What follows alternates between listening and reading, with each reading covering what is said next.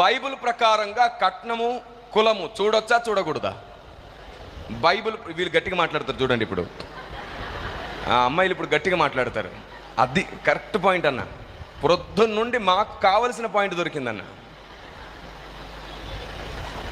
Bible ప్రకారంగా కట్నము తీసుకోవడం దేవుని దృష్టికి అన్యాయం. ఎందుకంటే దేవుని స్నేహితుడైన అబ్రహాము తన కుమారునికి వివాహం చేయాల్సి వచ్చినప్పుడు ట్రిబుల్ తగ్గించాను బ్రదర్, ట్రిబుల్ తగ్గించేసాను. నా వాయిస్లో కావలసినంత ఉంది, నేనే లోపల పెంచుకుంటా తగ్గించుకుంటా. అది రైట్. అబ్రహాముకు వివాహం చేయాల్సి వచ్చినప్పుడు రిబికా ఇంటికి వెండి బంగారాలు అబ్రహాం ఇంటి దగ్గర నుండి ఎలియాజర్ తీసుకెళ్ళాడు. రిబికా ఇంటి దగ్గర నుంచి తీసుకురాలేదు. అది న్యాయం. ఎందుకో చెప్పనా? తల్లిదండ్రులు అల్లారు ముద్దుగా పెంచుకున్న బిడ్డని పెళ్లి పేరట ఒక ఇంటికి సొంతంగా ఇచ్చేస్తున్నారు. ఇక నుంచి ఈ బిడ్డ మీ బిడ్డే అని ఇచ్చేస్తున్నారు. వాళ్ళ మమకారాన్ని తెంచుకొని, వారి బంధాన్ని తెంచుకొని మీకు ఇచ్చేస్తున్నారు పెళ్లి పేరట. మీరు చెప్పండి తమ్ముళ్ళు, ఇప్పటి వరకు మీరు చూసిన వాటన్నిటిని బట్టి చెప్పండి, వివాహం చేసుకొని మన ఇంటికి వచ్చిన ఏ ఆడబిడ్డ అయినా సరే సుఖపడుతుందా? మనకే చాకిరి చేసి పెడుతుందా? యథార్థంగా మాట్లాడండి తమ్ముడు, మీ మాట దేవుడు వింటాడు. మీరు యథార్థంగా మాట్లాడుట వలనైనా సరే ఆత్మదేవుడు మిమ్మల్ని వృద్ధి చేయడం ప్రారంభిస్తాడు. ఆమేన్. మన ఇంటికి వచ్చిన ఆడబిడ్డ కాలు మీద కాలేసుకొని సుఖపడుతుందా? మనకే చేసి పెడుతుందా? మీ ఇళ్లలో వదినల్ని మీరు చూసినప్పుడు వాళ్ళు చేసి పెడుతున్నారా, సుఖపడుతున్నారా? కాబట్టి మీరు వివాహం చేసుకున్నప్పుడు కూడా మీ ఇంటికి వచ్చే ఆడబిడ్డ మీకు చేసి పెడుతుంది. ఏం చేస్తారు వాళ్ళు? అందరికంటే ముందు లేవాలి, అందరి కోసం కావలసినట్టుగా ఇల్లు ఉడవాలి, గిన్నెలు గడగాలి, బట్టలు ఉతకాలి, కావలసిన ఆహారం చేసి పెట్టాలి. అవునా? అందరికంటే రాత్రి చివర పడుకుంటారు వాళ్ళు. అందరు పడుకున్నాక అన్ని సర్దేసి పడుకుంటారు. మరలా పడుకున్నప్పుడు కూడా త్వరగా పడుకోవడం కుదరదు. వారి బాధ్యతలు, వారి ధర్మాలన్నింటినీ నిర్వర్తించి ఎప్పుడో మధ్యరాత్రి పడుకుంటారు. మళ్ళీ అందరికంటే ముందు లేవాల్సి వస్తుంది. మనకు ఉప్పో కారమో తగ్గితే మనం ఊరుకుంటామా? నలుగురిలోనైనా నీ మొహంలాగుంది అంటాం. వాళ్ళు కానీ ఎప్పుడైనా తిరగబడి నీ ముఖానికి కావలసినన్ని తెచ్చిపెట్టి ముందు ఇంట్లో అన్నారు అనుకో, నలుగురిలో ఎలా ఉంటుంది? కానీ వీళ్ళు అనరు అలాగా.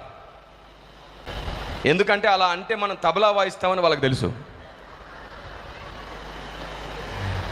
పైగా వీళ్ళు మనల్ని ప్రేమిస్తారు.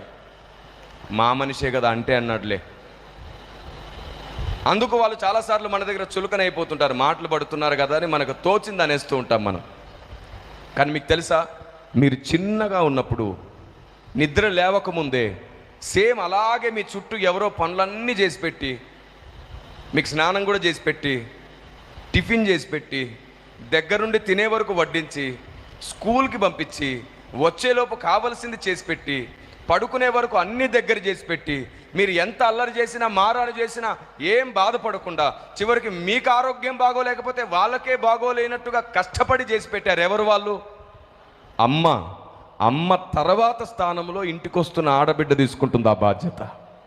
అమ్మ తర్వాత స్థానంలో ఉంటుంది. ఇప్పుడు చెప్పండి, మనకు అంత న్యాయంగా చేసి పెట్టి ఆవిడ దగ్గర మనం డబ్బులు తీసుకోవడం న్యాయమా? అసలు వాస్తవానికి మీ అత్తగారు మామగారికి చెప్పాలి, ఏమిచ్చి నీ రుణం తీర్చాలి? మీ ఆడబిడ్డను, మీ కూతుర్ని నాకు ఇచ్చేస్తున్నావు కదా, నీకేమి ఇవ్వగలను అని అడగాలి. వాళ్ళని అప్పులపాలు చేయకూడదు. అది దేవుని దృష్టికి న్యాయం. మీకు ఒక విషయం చెప్తాను.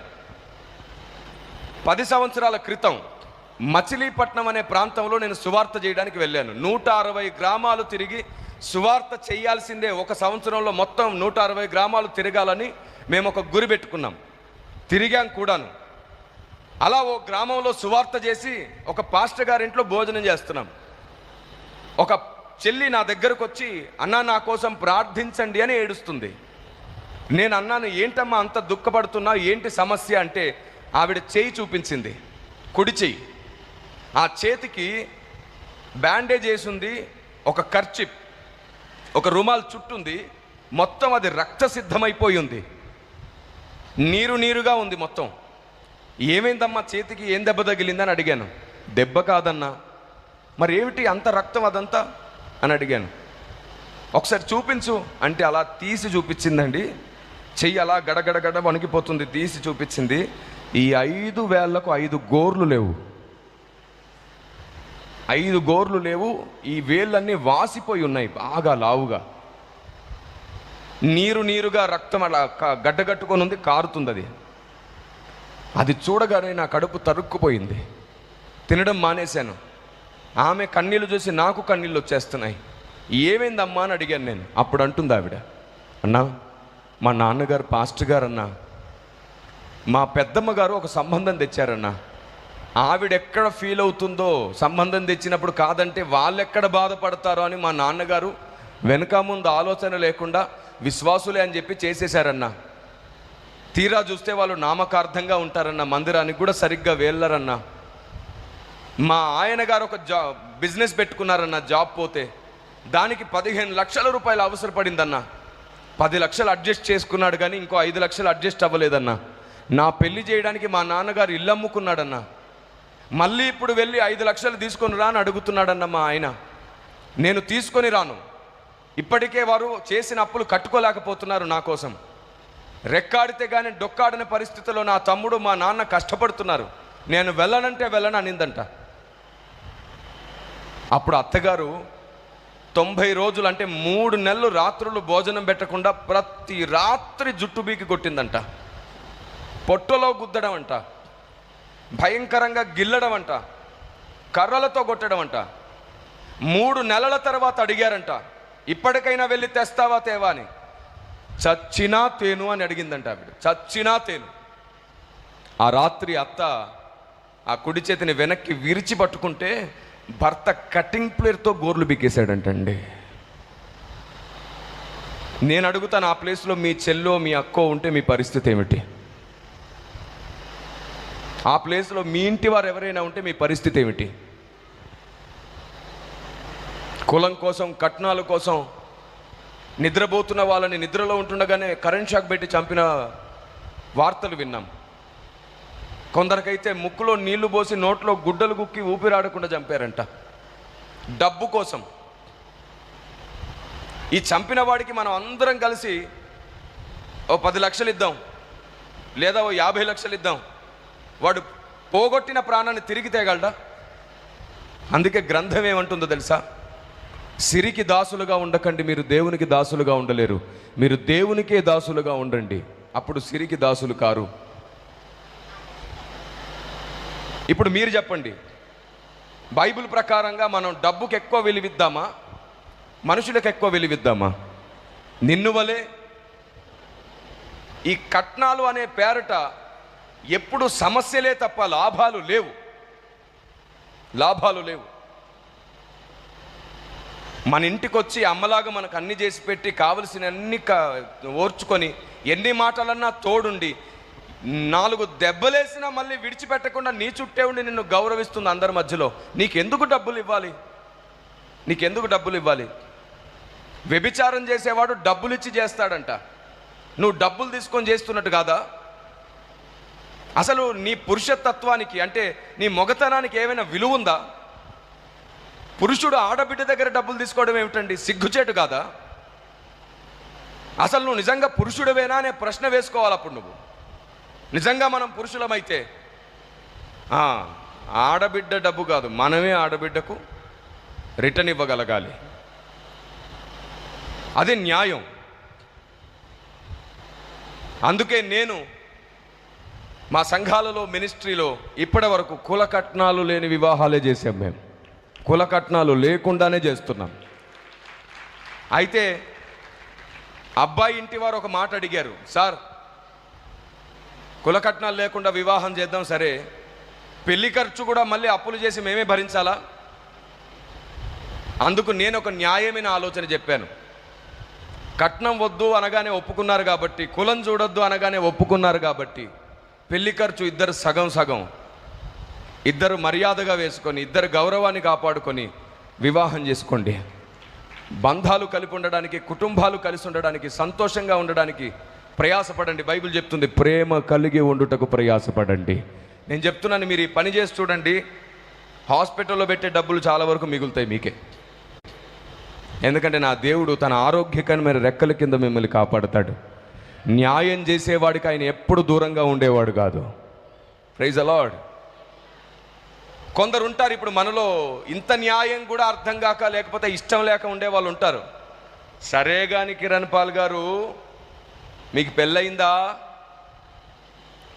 చెప్పేటోన్ని అనకపోతే వీళ్ళ ఈగో సాటిస్ఫాక్షన్ అవ్వదు కదా. నేర్పేవాడిని ఒక మాట అనేయాలి. మీకు పెళ్ళయిందా? అవును, పెళ్ళయింది. ఒకే భార్య, 2 పిల్లలు కలిగి ఉన్నాను నేను. ఇలాంటివి పెద్ద వివరించక్కర్లేదే, త్వరగా అర్థమైపోతుంది. వాక్య జ్ఞానం గురించి ఏదైనా మాట్లాడితేనే అర్థం కాదు. దేవుడు నాకు మంచి భార్యనిచ్చాడు. ఈరోజు నేను రాష్ట్రమంతా దేశమంతా తిరుగుతుంటే ఆవిడ సేవ మొత్తాన్ని చూసుకోగలుగుతుంది.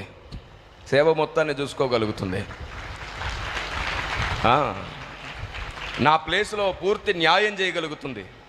ఏ సంఘానికైనా వెళ్ళి ఎక్కడైనా ఏ నిమిషమైనా వాక్యం చెప్పాలంటే తడుముకోకుండా బలంగా ధారాళంగా వాక్యం మాట్లాడుతుంది.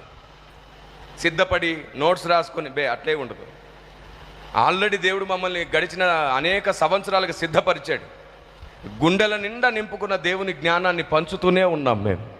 దేవునికి స్తోత్రం కలుగును గాక. సో అనేక చోట్ల స్త్రీల సహవాసంలో బలంగా వాడబడుతున్నారు ఆవిడ. అయితే మీరు కట్నం చేసుకున్నారా లేదా కిరణ్ పాల్ గారు? కదా, చెప్పేవాడిని అడగాలిగా. అవును, లైవ్లో చెప్తున్నాను. ఇప్పుడు ఆవిడ కూడా వింటున్నట్టున్నది లైవ్లో. నేను ఈ రోజు వరకు వారి దగ్గర నుండి ఒక గిన్నె కూడా తీసుకోలేదు, ఒక గ్లాస్ కూడా తీసుకోలేదు, కట్నంగా ఒక స్పూన్ కూడా తీసుకోలేదు. నేను తీసుకోలేదు. నేను డబ్బుకు దాసుని అవ్వాలనుకోలేదు. డబ్బు నాకు అవసరం, కానీ డబ్బే నన్ను బ్రతికించదు. నన్ను నా దేవుడు బ్రతికిస్తున్నాడు. మీకు అంతేకాదు, నా భార్య ప్రసవించే సమయములో కూడా ఖర్చు నాదే, నేనే పెట్టుకుంటాను, మీరెవరు పెట్టకండి అని మరీ చెప్పాను. ఎందుకంటే ఆవిడ నా సొంతం. వివాహం చేసుకున్న తర్వాత ఎవరు సొంతం? మన దగ్గర ఒక సాంప్రదాయం ఉంది, ఫస్ట్ కానుపు వాళ్ళు చేయాలా, సెకండ్ కానుపు వీళ్ళు చేయాలంట. సిగ్గు లేకపోతే సరే. ఎంత దుర్మార్గం చూడండి. మంచి పద్ధతి కాదు. ఒక్కసారి ఆడబిడ్డ మన ఇంటికి వస్తే ఆవిడ విషయంలో పూర్తి బాధ్యత మనదే. ఇలా ఒకసారి న్యాయంగా బ్రతకడం నేర్చుకోండి. ఆత్మదేవుడు మీకు అన్ని విషయాల్లో దగ్గరగా ఉంటాడు. ఈ కులాన్ని కట్నాన్ని పక్కన పెట్టండి. ఆదాముదే కులం, మనం అందరం ఆదాము పిల్లలమే. మొన్న ఒక పాస్టర్ గారు నన్ను అడిగారు, సార్ మీరు ఏమిట్లు ఏంటి అన్నాడు. అదే సార్ మీరు ఏమిట్లు. మొన్న ఇంటర్వ్యూలో కూడా అడిగారు, మీరు ఎంతమంది విన్నారా మాట? ఎక్కడికి వెళ్ళినా అదొకటి ఉంది, వ్యాధి. మనం అందరం ఆదాము పిల్లలం. అందుకే నేను ఇంటర్ కాస్ట్ మ్యారేజ్ చేసుకున్నాను, సమాజానికి నేను గట్టిగా మాట్లాడడానికి. దేవునికి స్తోత్రం కలుగును గాక. కులం లేదు. కులం రాజకీయ నాయకులు కల్పించారు, కులం బ్రాహ్మణవాదం కల్పించింది. అణిచివేయడానికి స్థాపించుకున్నది కులం. మనం అందరము క్రీస్తునందు ఒక్క కుటుంబమే. మనం దేవుని సేవకులం. ఆమేన్. మనం సువార్తికులం. మన కులం ఏమిటి? సువార్తికులం, సేవకులం, విశ్వాసులం. మనం అందరం ఒక్క కుటుంబమే. నేనంటాను, డినామినేషన్ ఏదైనా, మినిస్ట్రీ ఏదైనా, యేసే నా దేవుడని నమ్మితే వారందరూ నా కుటుంబమే. దేవునికి స్తోత్రం కలుగును గాక. సిద్ధాంత విభేదాలు ఉన్నాయనుకోండి, ఈరోజు అర్థం కాకపోతే రేపు అర్థమవుతాయి. కలిసి ఉంటే కదా ఒకరికొకరు ఏది సత్యమో నేర్పించుకుంటాం. ఒకరినొకరు తూలనాడేంత వరకు మనకు ఎప్పటికీ సత్యం తెలియదు. రైట్, ఇంత విన్నారు కదా. ఇప్పుడు చెప్పండి తమ్ముళ్ళు, మీ తల్లిదండ్రులను ఒప్పించి మీరు కూడా ఎంతమంది డబ్బు కాకుండా భక్తిపరురాలైన మంచి నమ్మకమైన ఒక భార్య, ఒక వ్యక్తి నా జీవితంలోనికి రావాలి, దేవుడే నా కొరకు సిద్ధపరిచిన ఓ వ్యక్తి నా బ్రతుకులోనికి రావాలి. ఎంతమంది కులం కట్నం లేకుండా పెళ్లి చేసుకుంటారు? ఇప్పుడు చెయ్యెత్తండి, పెద్దగా ఎత్తండి. రైట్, దేవునికి మహిమ కలుగును గాక. God bless you. దేవుడు మీ ప్రతి అక్కర తీర్చును గాక. చెయ్యెత్తారు అంటే దేవునికి మాట ఇచ్చారు అని అర్థం. 6 100 100 6 దేవుని ముందు న్యాయంగా ఉండడానికి ప్రయత్నం చేయండి. దేవుడు మీ పిల్లలకు తోడుగా ఉంటాడు. మీరు వృద్ధాప్యానికి వచ్చినా సరే దేవుడు మాత్రం మిమ్మల్ని ఎత్తుకొని ముద్దాడుతూనే ఉంటాడు. దేవునికి స్తోత్రం కలుగునుగాక. ఆమేన్.